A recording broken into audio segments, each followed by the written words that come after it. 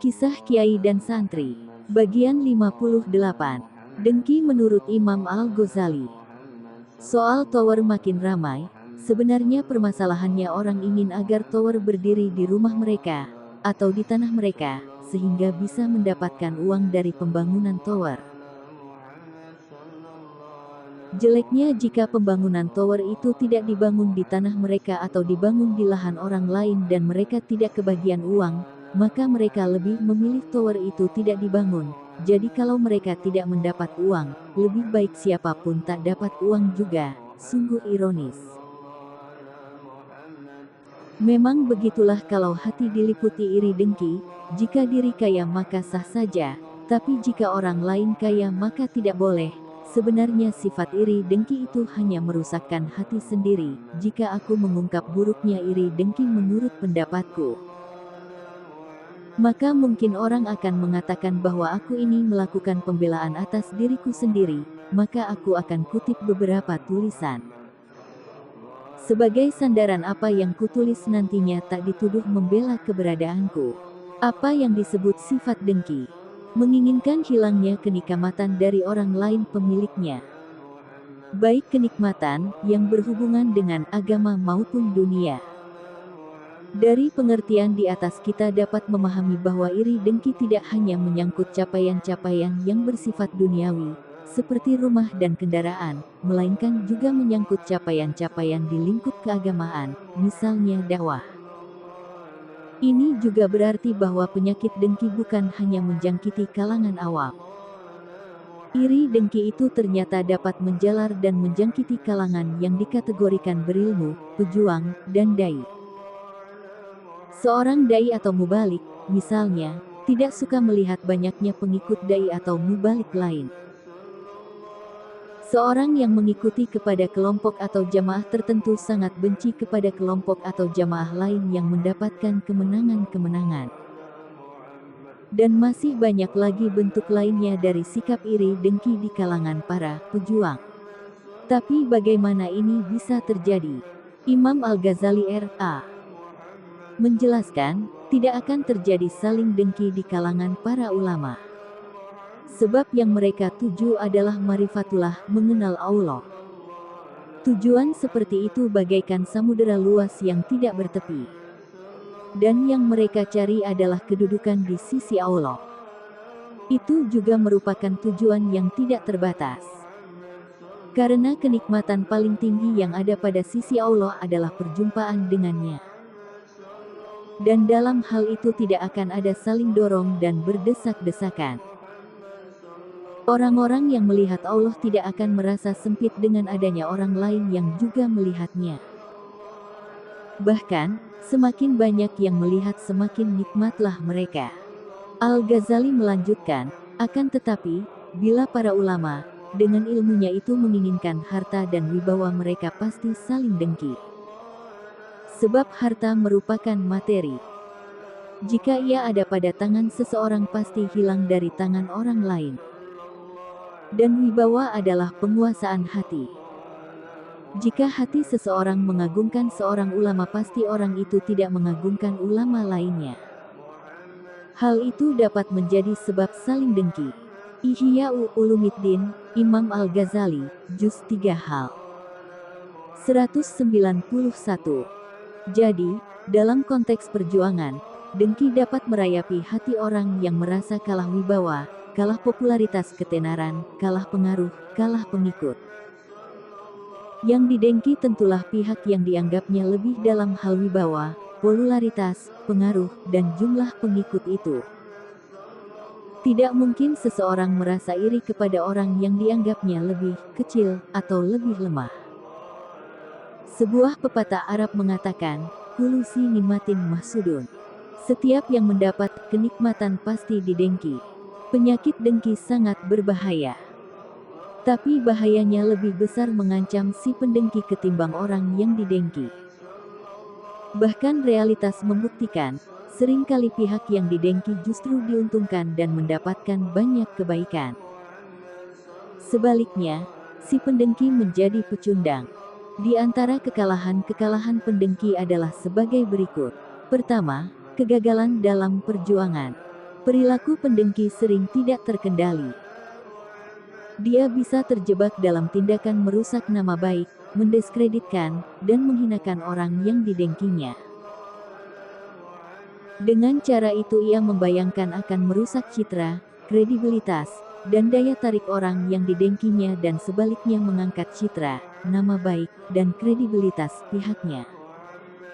Namun kehendak Allah tidaklah demikian. Rasulullah SAW bersabda, dari Jabir dan Abu Ayyub Al-Ansari, mereka mengatakan bahwa Rasulullah SAW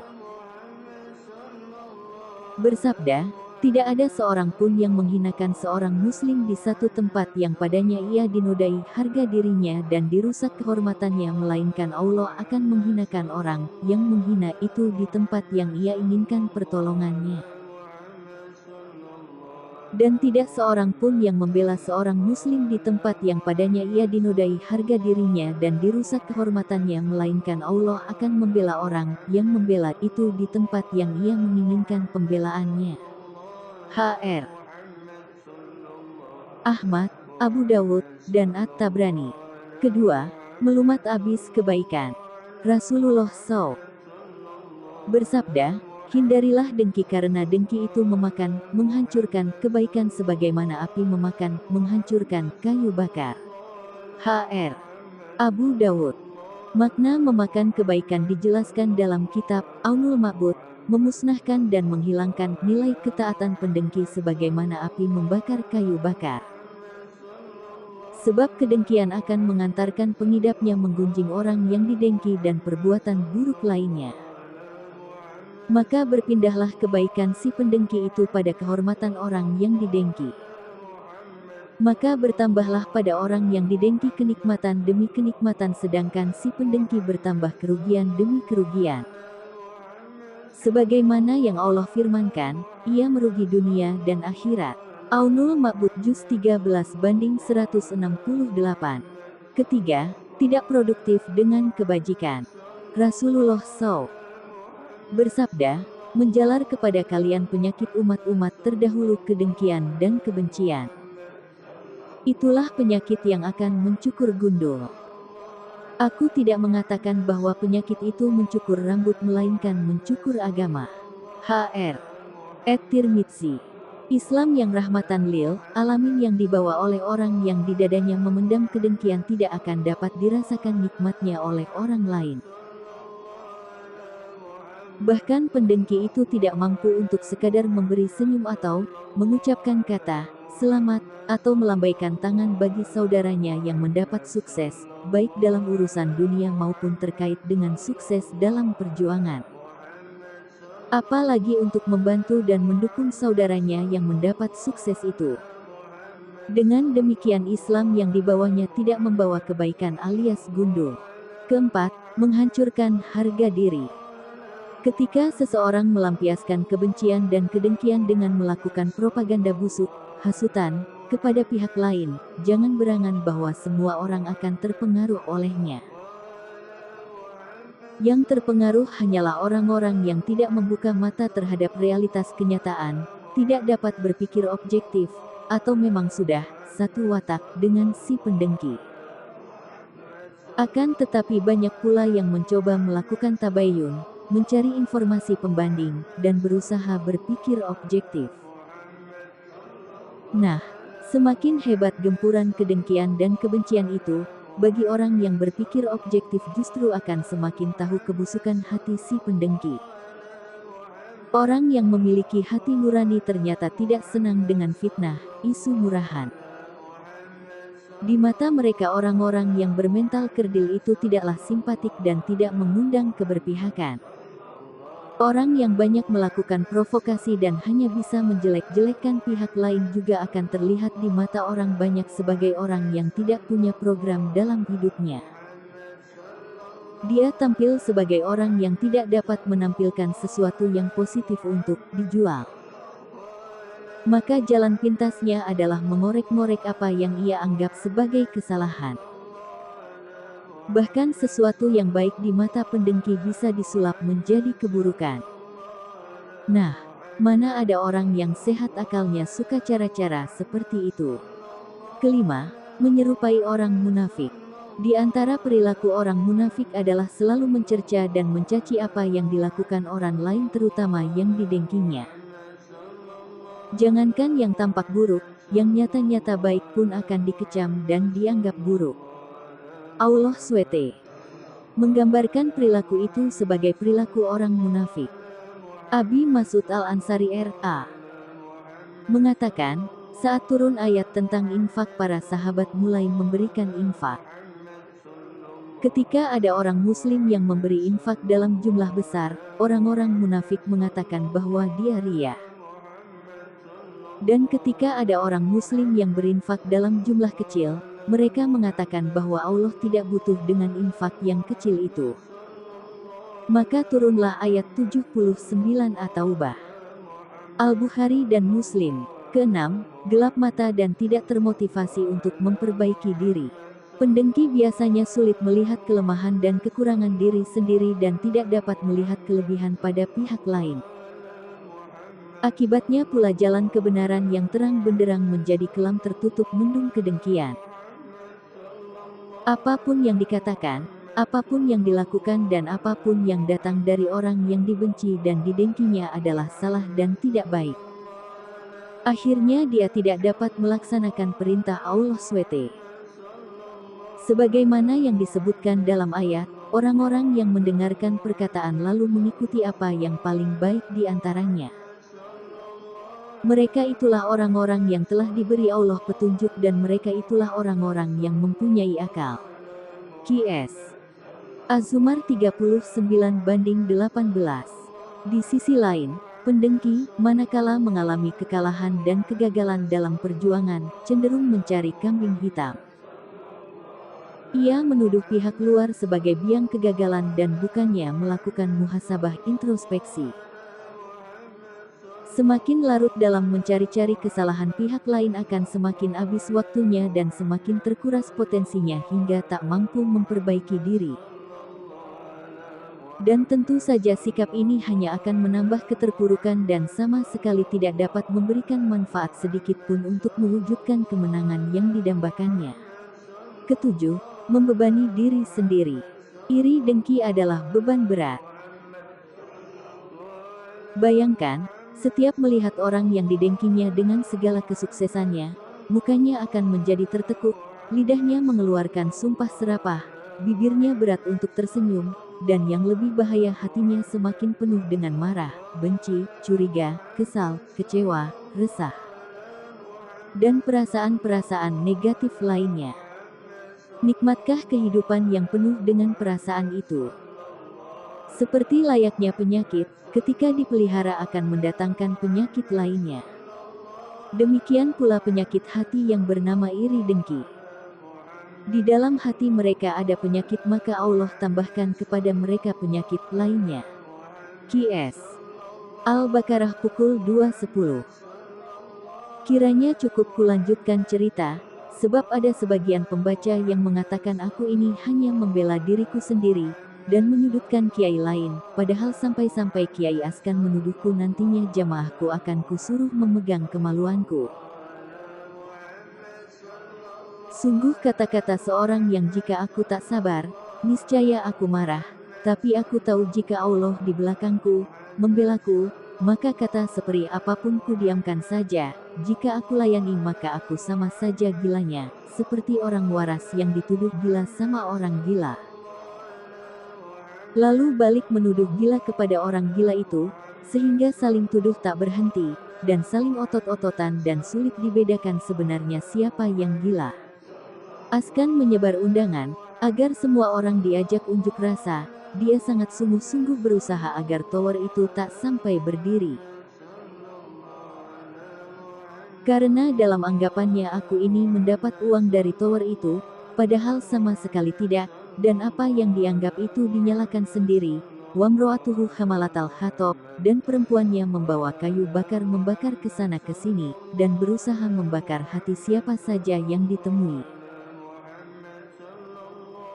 Bahkan dalam pemikirannya, aku membangun majelis adalah uang dari tower itu, lah apa urusanku dengan tower, maka Askan mengumpulkan orang di masjid, diberi undangan untuk diajak bersama-sama unjuk rasa, padahal tower tinggal berdiri, dan semua besi sudah ada di tempatnya. Pengecoran tanah pembuatan pondasi sudah selesai tinggal nunggu keringnya, tapi ketika orang-orang pada berkumpul memenuhi undangan Askan, dan polisi, camat juga datang, malah Askan bersembunyi tak datang, malah dia sama sekali tak kelihatan batang hidungnya, aku cuma ketawa.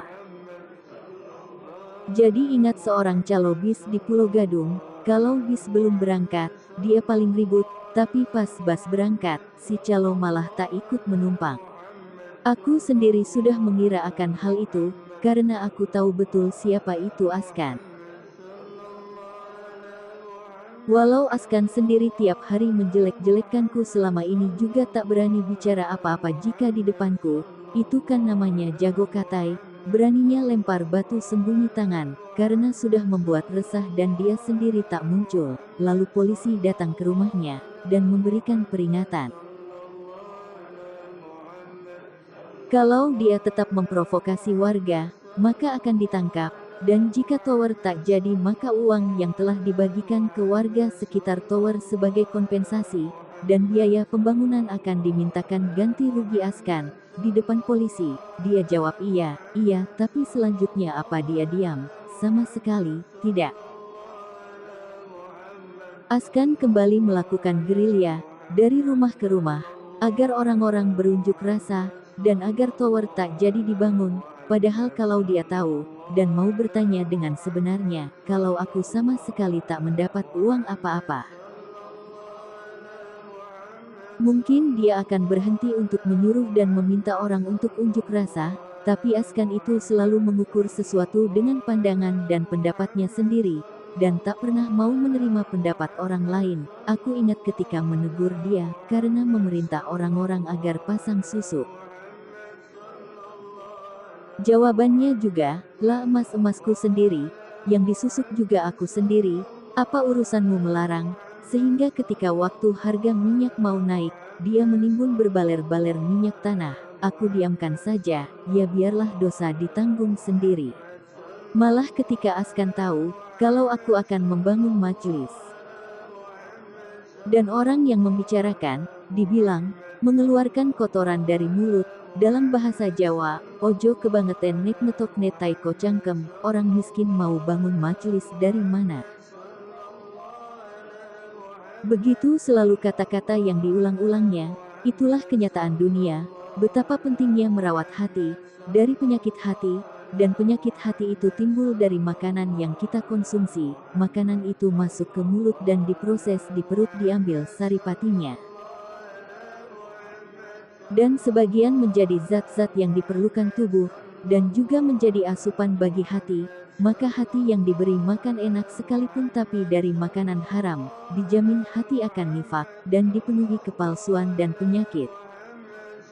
Yang sebenarnya penyakitnya itu bukan hanya menyusahkan diri sendiri tapi juga akan menyusahkan orang lain.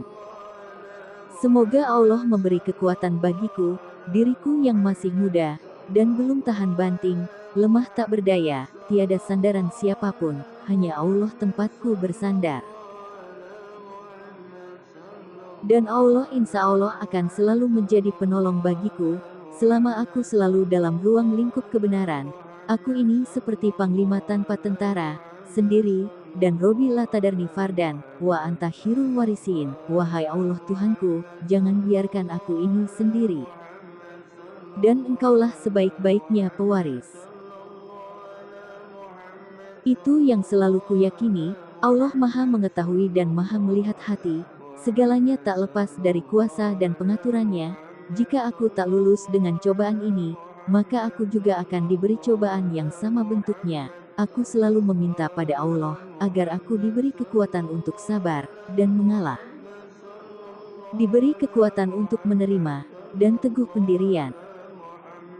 Sampai di sini cerita ini kutulis. Saat cerita ini kutulis, dan saat tanganku memencet huruf, Jam menunjukkan jam 12 malam kurang 5 menit tanggal 5 Juni tahun 2012 sore tadi unjuk rasa di Balai Desa Atas Prakarsa Askan ramai sekali. Aku hanya melihat dari kaca jendelaku, karena aku sendiri tak ada urusan, karena juga aku sedang menjalani tak ketemu manusia, dan tak bicara, bahkan sama keluargaku, atau istri dan anakku. Memang itulah keseharianku, kadang depan rumah sekalipun seharian tak kulihat sama sekali. Aku hanya mengungkung sendiri di dalam kamarku, seperti orang lumpuh yang tak kemana-mana. Karena tak menerima tamu, maka tak ada cerita yang kutulis, jadi nanti insya Allah, kiaiku memanggilku ke Jawa Barat, insya Allah aku diminta menyaring cerita orang yang punya pengalaman sepertiku, nanti akan kukumpulkan, dan kutulis di cerita ini, sehingga bisa dijadikan sekedar bacaan atau pelajaran, bagi yang mau menilai hidup dari sisi kenyataan, karena bagaimanapun hidup ini kenyataan. Sekali lagi kukatakan ini tak seluruhnya cerita nyata, dan jika dikatakan hayalanku juga boleh, jadi boleh siapa saja menilai dengan penilaiannya masing-masing karena ini sekedar cerita. Bersambung. Bagian 59.